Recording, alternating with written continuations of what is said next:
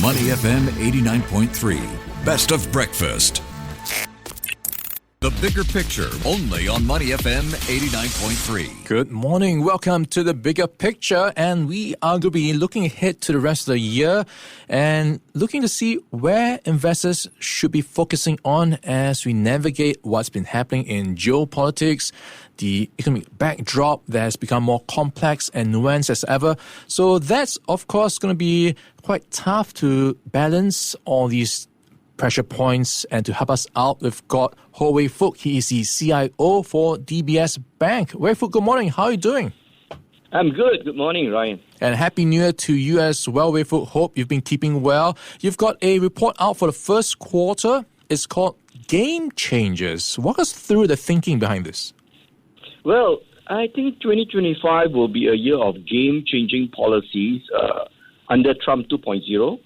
So, tariffs is at the center of his economic agenda, and that will trigger a fair degree of geopolitical tensions and possibly a trade war. So that's why we call it kind of a game-changing year. Yeah, lots of things are changing and for us to keep an eye on. So let's start first with your list of things to keep an eye on. And of course, we got to talk about Trump. He has been talking a lot about tariffs. He's been talking a lot about various policies that might shake up the markets. What's been at the top of your list of things to, I suppose, worry about or be concerned about? I guess it's the trade war, the tit for tat. If he indeed wants to raise the temperature on that one, in particular with China, that would trigger, some volatility, especially in the stock market. But we also kind of seen this movie before back in 2018 under Trump 1.0, where he imposed tariffs on China. China retaliated. So that created a fair bit of uncertainty and, in fact, a slower growth, global growth. There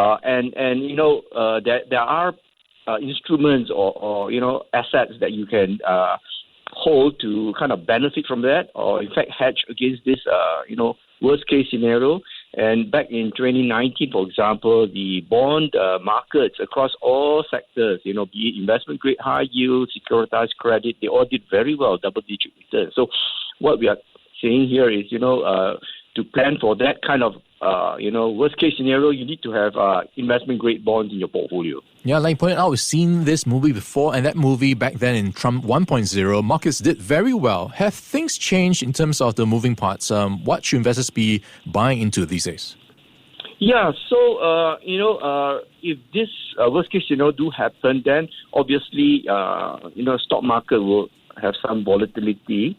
Like I said just now, bonds will do well. Now, interest rates will be slashed by the Fed to counter this slowdown. And on that basis, I think, growth stocks, those that ride on secular growth, AI, technology, I think that will do well.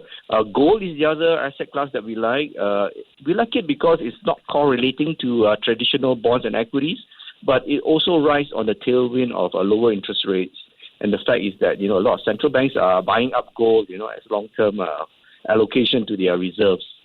Okay, let's talk about AI because it is going to be a big thing for us to track. It's going to drive the economy and many businesses. At the same time, this week we had DeepSeek rattling markets, the cheaper, more efficient version that's supposed to be a rival to ChatGPT from OpenAI. And that started to make people question the valuations of some of these big tech companies. How is that affecting your approach towards some of these US tech equities? Yeah, so I think the market may have overreacted. Obviously, DeepSeek is a large language model developed at a fraction of the cost of other LLMs, right, like ChatGPT and Gemini. Now, the way we look at it is a catalyst for the broadening of AI adoption, across every other industry, because now the cost of technology is being brought down, made accessible. So we think, we have this theme of or this narrative of, the world transforming into a digital economy. And this development actually catalyzes or accelerates that trend. So we think that, our approach, we call it IDEA, idea, a strategy and an acronym we came out 5 years ago, representing innovators, the disruptors, enablers, and adapters. We think this, strategy will do well. It is definitely riding on a digital trend of the world economy, but with this DeepSeek and other, cheaper versions of AI, I think this will only accelerate.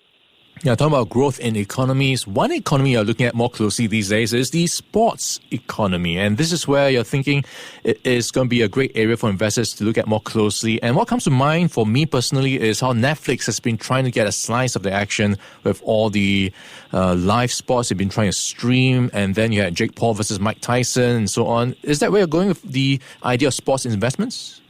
Yeah, so, when we analyze sectors and themes and stocks for our portfolio, we look for various factors. We call them economic moats. Moats is like trenches around a castle. The deeper and the broader the moat is, the stronger is the company. Now, there are some moats called scarcity and content is king. We think sports is really exhibits these two moat qualities. Scarcity because if you look at professional league sports, there are, for example, in North America, only 153 franchises, and that's it.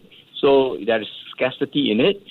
Content is king. Obviously, whoever owns content is the king. Netflix is a great example. In the past, it used external licensed content, but very quickly they realized they have to, quickly produce their own original content. And I think we are not unfamiliar with their content movies like Squid Game, Culinary Class Wars, Physical 100 and Single Inferno. So these are really Netflix original content. And therefore we think sports really is a theme, it's an investment theme that really rides on these two modes. Content is king and scarcity. And therefore we think, this will be a great investment going forward. Yeah, it's not just streaming, but it's also a whole ecosystem around sports. You're talking about data, talking about video gaming and so on, right? Yeah, so, apart from buying or investing into sport franchises, which is primarily a private market asset class, the other, I would say, beneficiaries of the ecosystem has to be streaming. And therefore, the big tech companies are the main beneficiary of that.